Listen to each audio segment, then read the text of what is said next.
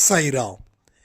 என் உயிரின் உயிரானவர்களே, அனைவருக்கும் இந்த நாள் நல்ல நாளாக அமைய சாய்ப்பா கிட்ட பிரார்த்தனை பண்ணி இந்த பதிவை நான் ஆரம்பிக்கிறேன். செயல். இந்த செயல் உங்க வாழ்க்கையில என்ன செய்யுது? இங்க நிறைய பேருக்கு நாம என்ன செய்யறோம் அப்படின்றது தெரியல. நாம ஒவ்வொரு நொடியும் செயல் புரிஞ்சுக்கிட்டு இருக்கோம். உதாரணமா, மூச்சு விடுவதும் ஒரு செயல், தூங்குவதும் ஒரு செயல், சாப்பிடுவதும் ஒரு செயல், இறைவனை பிரார்த்திப்பதும் ஒரு செயல். வேலை செய்யறது மட்டும்தான் இங்க செயல் அப்படின்னு இல்லை. எது எதெல்லாம் உங்களுக்குள்ள நடக்குதோ அத்தனையுமே செயல்கள் தான்.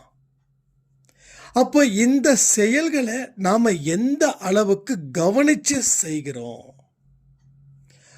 மூச்சு விடுறோன்ற உணர்வு தன்மை, சாப்பிடுறோம் அப்படின்ற உணர்வு தன்மை, அது போல என்ன நினைக்கிறோன்றது, எதை செயல்படுத்துறோன்றது, எந்த மாதிரியான எண்ணங்களை உருவாக்குறோன்றது, இது எல்லாமே செயல்தான். கர்ம வினையில கர்மா அப்படின்னா செயல்படுவது. உங்களுடைய செயல்கள் தான் வாழ்க்கையில வெற்றியோ தோல்வியோ குறிக்குது.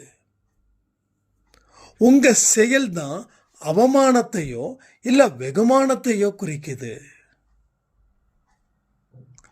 அப்போ நிம்மதியா நம்ம வாழணும் அப்படின்னா, அற்புதமான வாழ்க்கைய வாழணும் அப்படின்னா, உலகம் போற்றுவது போல் நான் இருக்கணும், என்ன மதிக்கணும் அப்படின்னா, நீங்க உங்களை தெரிஞ்சுக்கணும், உங்களை நீங்க கவனிக்கணும். உங்களுடைய ஒவ்வொரு வார்த்தைகளும் சொல்வதா இருக்கட்டும், இல்ல பிறர்கிட்ட இருந்து கேட்பதா இருக்கட்டும், அத்தனையும் ஆழ் மனசுல பதியப்படுகிறது. நேற்று நீங்க என்ன செஞ்சீங்களோ அதுவும் ஆழ்மனதுல பதிஞ்சிருக்குது.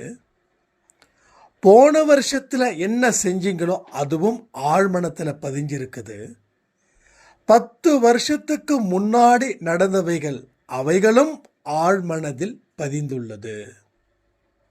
இப்படிதான் நம்ம மனசுல என்ன பதியுதோ அதை செயல் வடிவத்தில் நாம கொடுக்கிறோம். அப்போ ஆழ்மனசுல எந்த மாதிரியான விஷயங்களை பதிக்கணும் அப்படின்ற ஒரு சுய நினைவு நமக்குள்ள இருந்துகிட்டே இருக்கணும். வீட்டுக்குள்ள நல்லவர்களை சேர்ப்போம், ஒரு தீயவர்களை சேர்ப்போமா? தீயவர்களை பார்த்தா ஒதுங்கி போவோம். அப்போ நம்ம மனசுல எந்த மாதிரியான எண்ணங்கள் இருக்குது? கோபமானது பதிஞ்சிருக்குதா, இல்ல பொறாமை பதிஞ்சிருக்குதா, இல்ல ஆணவம் பதிஞ்சிருக்குதா?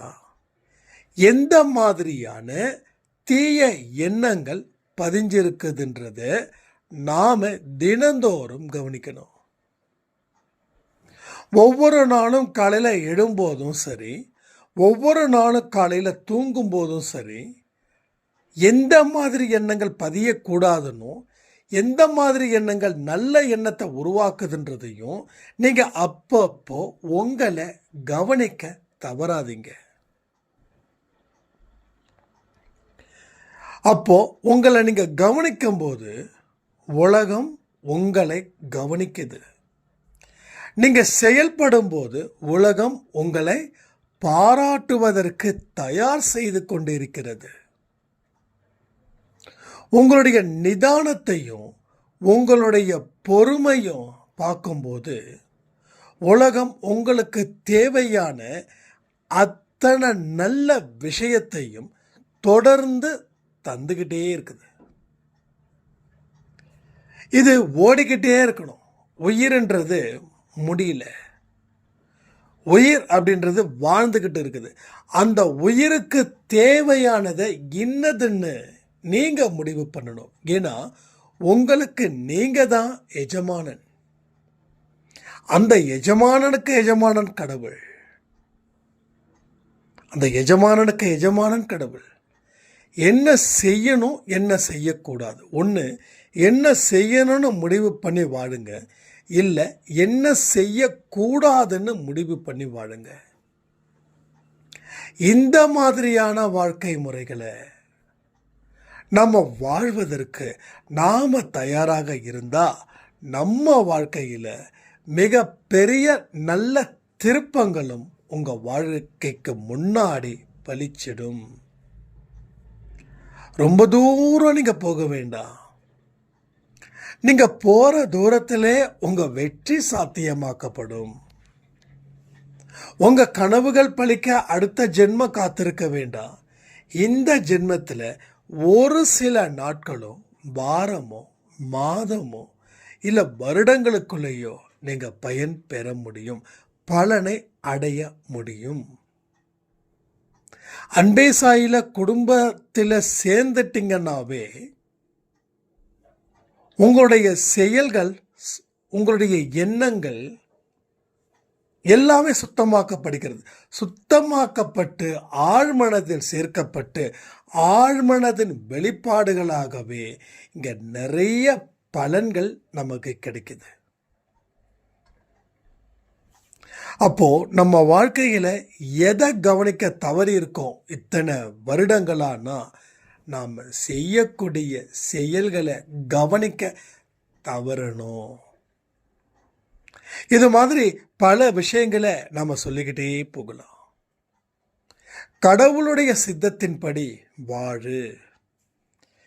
கடவுள் உன்னை நெருங்குவது போல வாழு.